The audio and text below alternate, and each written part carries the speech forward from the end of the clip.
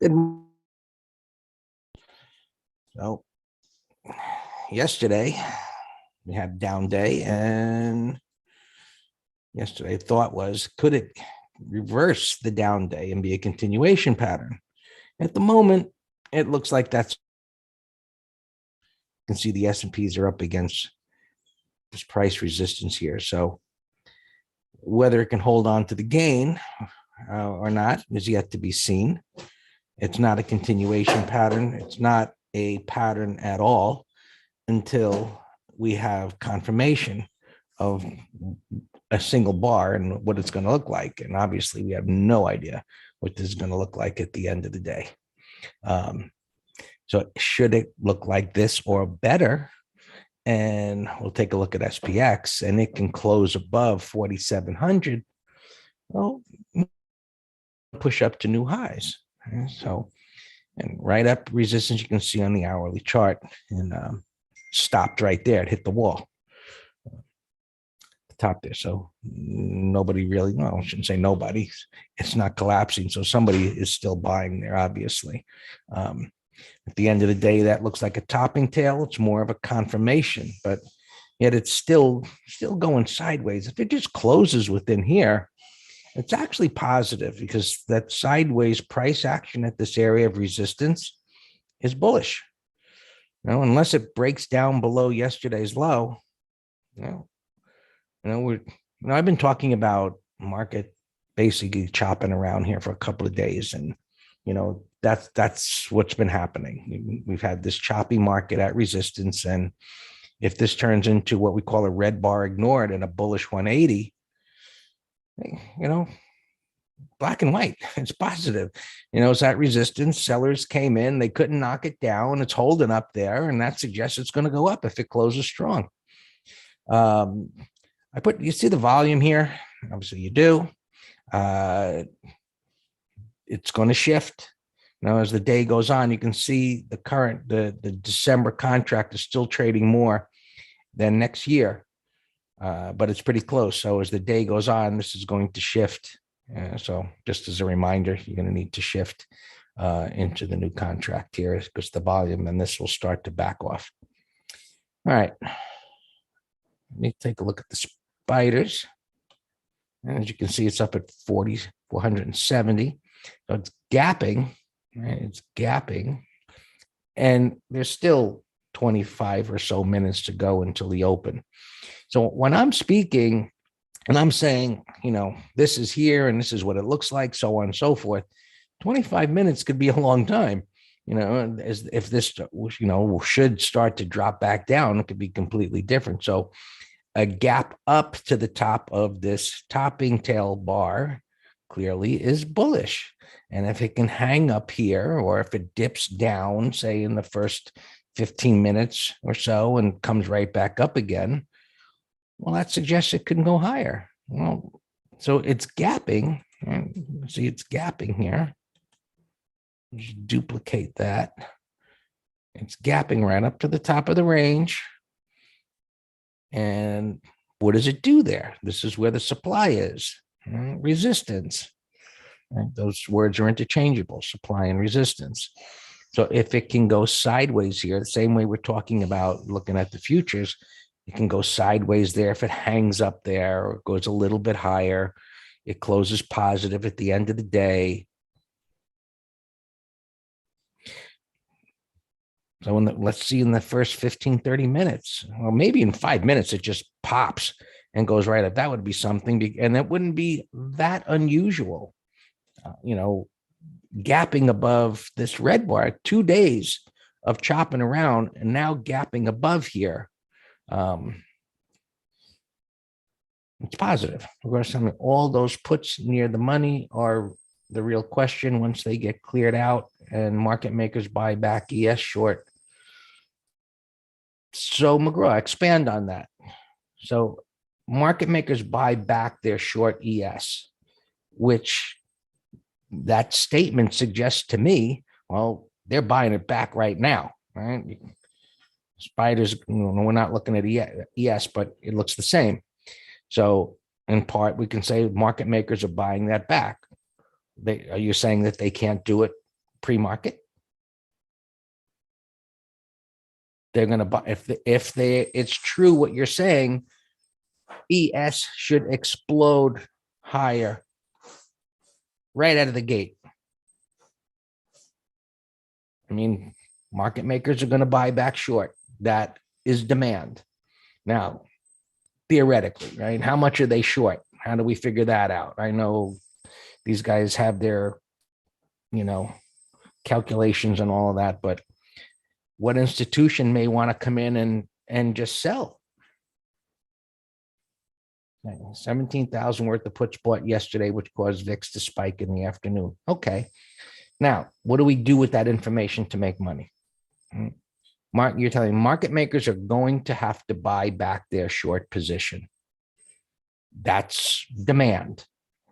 Doesn't tell us about the supply side. You have this resistance up here. The depth of retracement is clearly a big positive. This is not a complete bar, but at the moment, the red bar ignored is a positive. And, spiders gapping above the high of the red bar is a positive. So a base consolidation for the last 2 days. And this was the gap up. This is bad data here.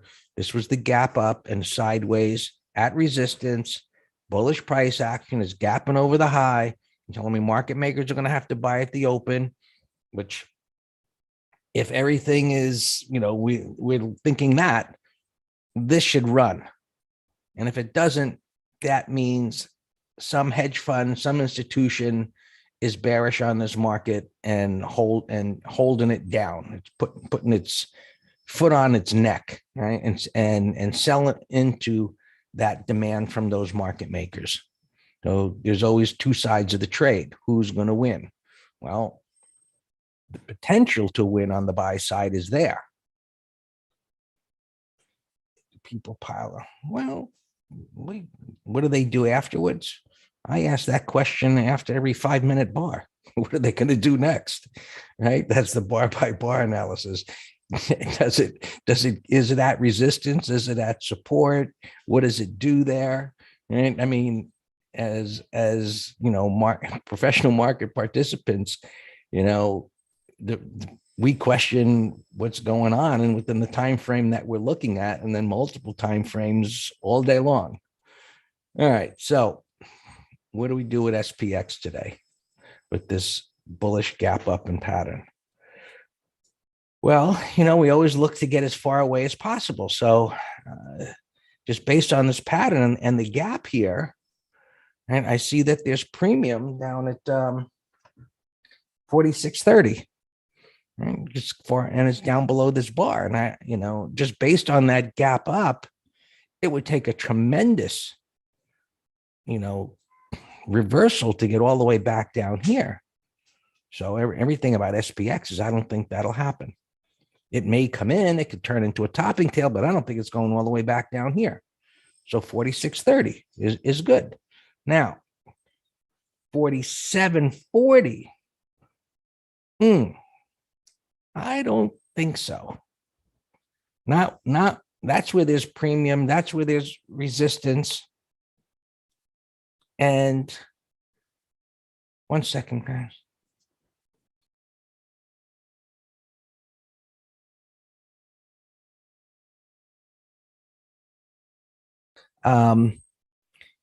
So there is the if this is it could go up there today, gapping up like that, it could go up there today.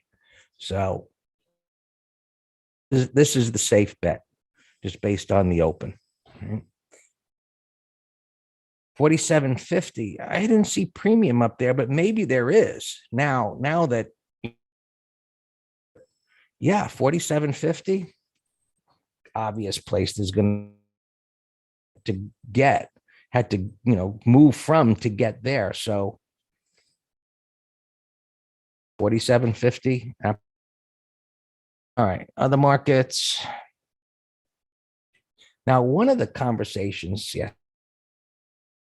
I sent the chart to Dan at 6:30 at night. on, which was up big. And I said, maybe, because at the end of the day, I was saying, can you imagine, got ignored and it gapped up to the top of it or above, which, was like, well, I got no reason to think that, but I explained that makes that a possibility. And so how this pattern forms in relations, you combine the MTS concepts. And it's like, can this be a red bar? Is that a probability with some degree of it happening? Yes. Yes, because it spiked down here and it came all the way. So bar by bar analysis, retracement between bars, 367-ish, 397-ish. Almost, not quite, to the high of the red bar. Change. Right. It's got to deal with this, that this depth of retracement has already dealt with this area. This matters right now. And in reality, it's as far as, market profile, volume profiles, all of that stuff, forget about it. Forget it. Right? It's gapping up here. This is what's to the left. Pretty much this has all been dealt with. And I don't know why, Janet. I mean, I've got a gig. Why? Where it's just Zoom. Why my voice would cut in and out. I don't know. Restart the computer every day. Maybe, I don't know. Anyway, nothing I can do about it at the moment. Let me just see, do I have this is plugged in? Maybe I'll restart the modem after Dan starts talking.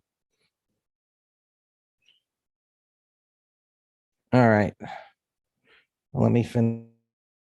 So obviously gapping up bullish. Is that resistance? As we go into the open here, let's give it a little time. It's at the open. Things are up here. Who's going to sell? Who's going to buy? What? Whip goes back and forth. We'll give it a few minutes. Russell not doing as well. Just not even under the 200. Dow led the way, and can it hold on to the gain or turn into another topping tail bar? We'll see. And so watch this, folks. Watch this. Breakdown bar failure. All right.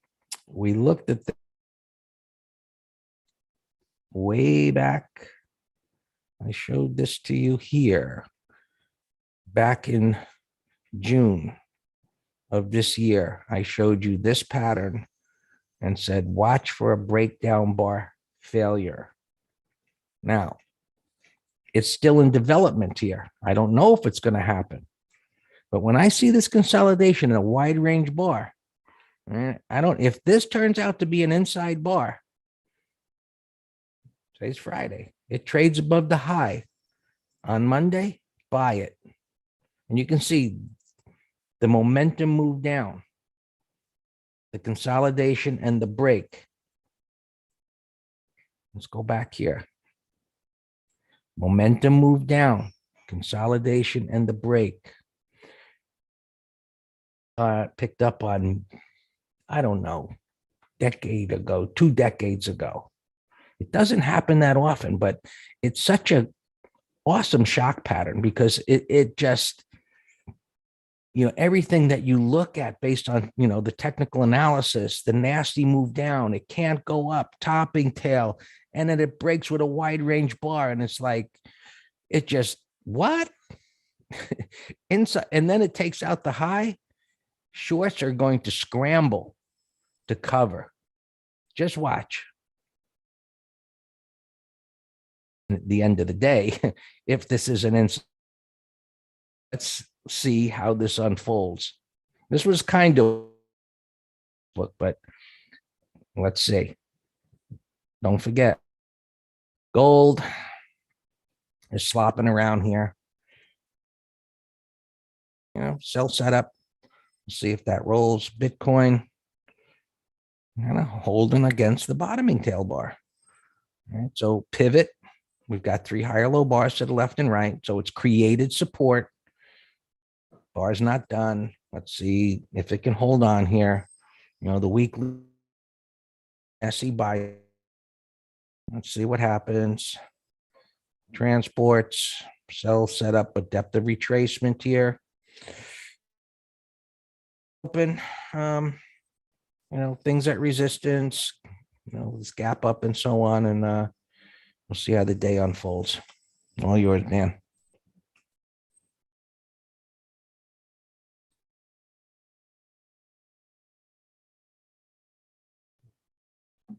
Good morning. Happy Zero DTE Day. So yeah, Detective, we'll go through our usual process here. Always have the fangs and usual suspects. Gapping things, earnings things, Google. Any of the fangs. We'll go through them in a couple minutes here, but let me go through our regular list.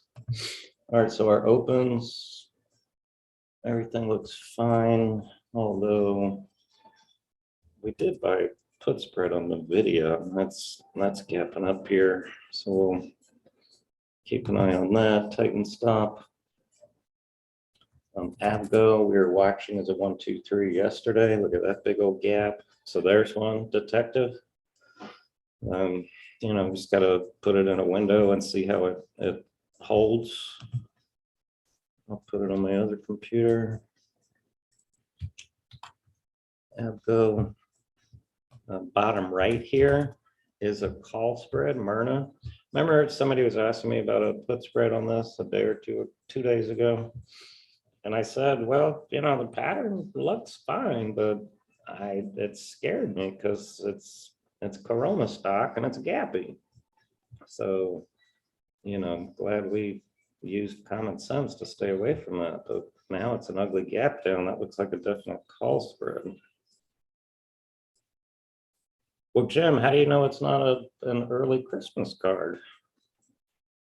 That's my first thought. I know, but you're right. Every time I get a letter, I'm like, oh, shit, there's nothing good in here. Oracle, the gap's too big. It's holding like a tank.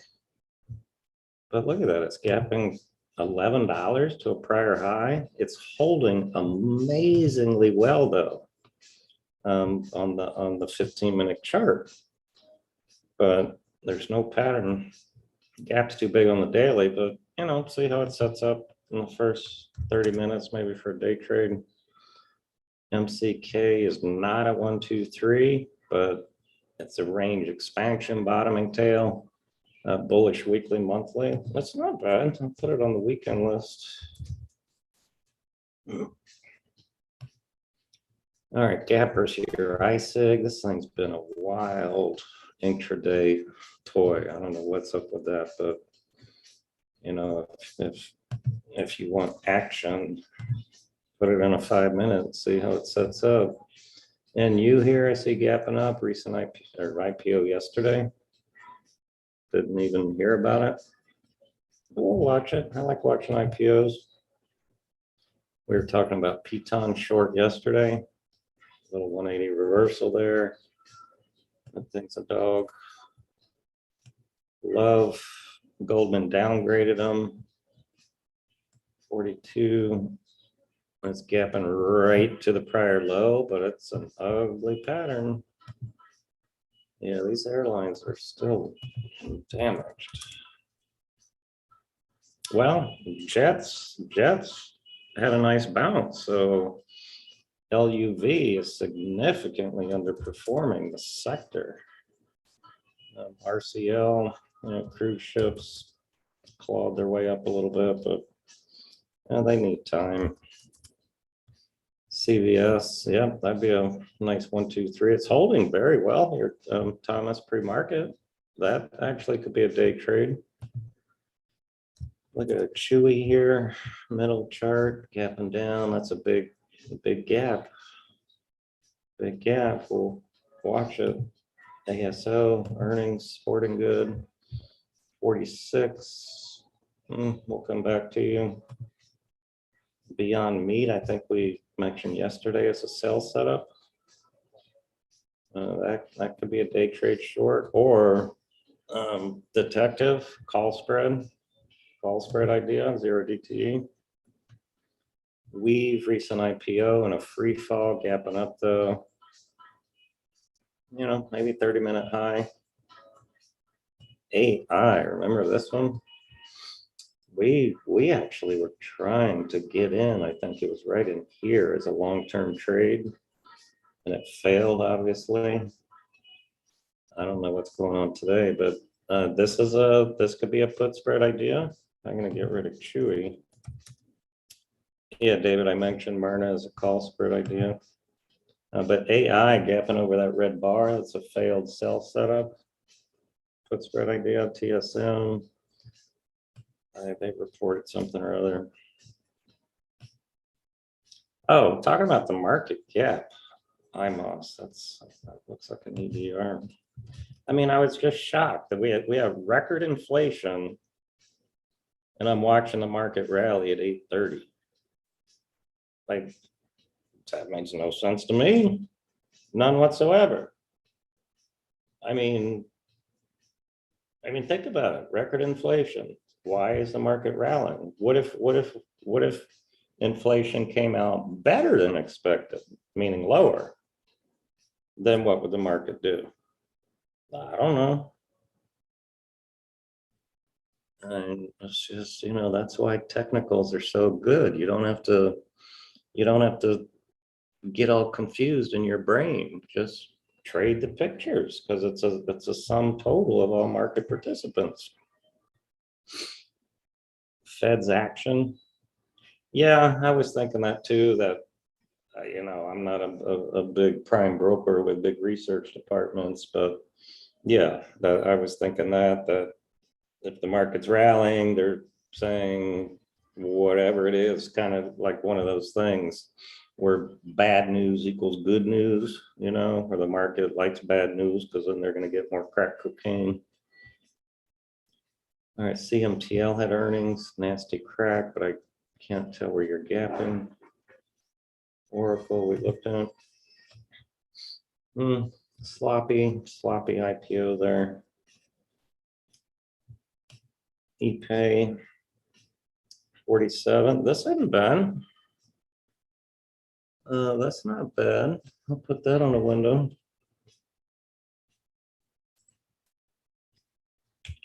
ePay, so there's a put spread idea. Plus, 30-minute high could be a directional. We'll come back. I haven't found any tier ones yet. This thing, I think it had earnings today, so I don't know what it made it come out of a free fall. I know, David, but what does that mean to you? Tell me what your trading bias is. Right, exactly. That's what we talked about. Now, but for earnings, this was a beautiful short setup. A little bear flag in the lower half of this, but now it's a shock pattern. It's gapping over these two little tails with I wish it had a better price void, but Detective, this is a put spread candidate also. I'll put that in a different window. Charlie Foxtrot. Yeah, cost had earnings. I'm getting to it. It would, if so, it would only be 0 DTE thing. I like that it's gapping over this 15-minute here after closing at the low, and it has a price void. But that, today's Friday, Thursday. Thursday still has an ugly bar to deal with. Mountain will come back. I can't see the gap. Fizz. There you go. Here's a here. Okay, this is tier 1, 30-minute low. 30-minute low, short this. And also call spread, 10-minute low. So that's one of the best gap setups so far. Gapping right under 8 bearish consolidation bars. Mesa is an airline gapping down. That thing looks worse than Southwest. Lulu down, 0 DT call spread on Lulu. Leslie Pools, not much volume, but if it is gapping above 22, then I like that as a put spread. So detective, see all these ideas I'm giving you? ALUT, ugly gap down, no interest. Jout. Well, I can't tell the gap. ASO 46. Yeah, we looked at that. So that's a put spread idea. Cost we talked about. Look at this, is a disaster du jour today. Wow. I read that the CEO is quitting, but there has to be more negative news because I've never seen a CEO quitting have such a nasty gap. Myrna, Chewy, Avgo, we looked at all those. Evgo, this was a gapper yesterday and it came in. So I've posted this as a, let's sell a $12 put.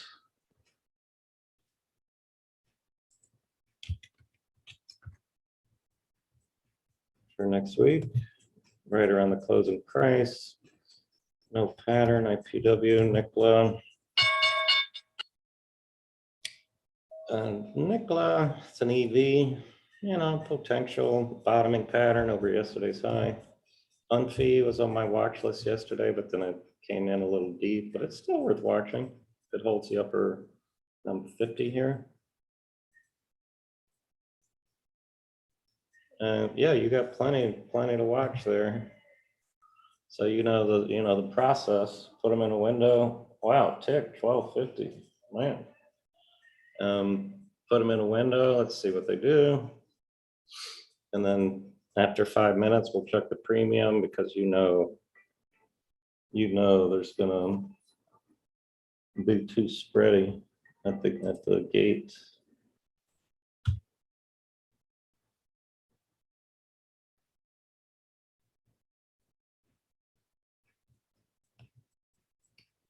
These two dogs I've been watching for a while. Ride and Block. Coin. I said get out of Mister yesterday, break even, but if you're still in it, that's a nice gap over 50%, so you should be fine with the 580s now. We sat through some pain on Monday on that thing. Charlie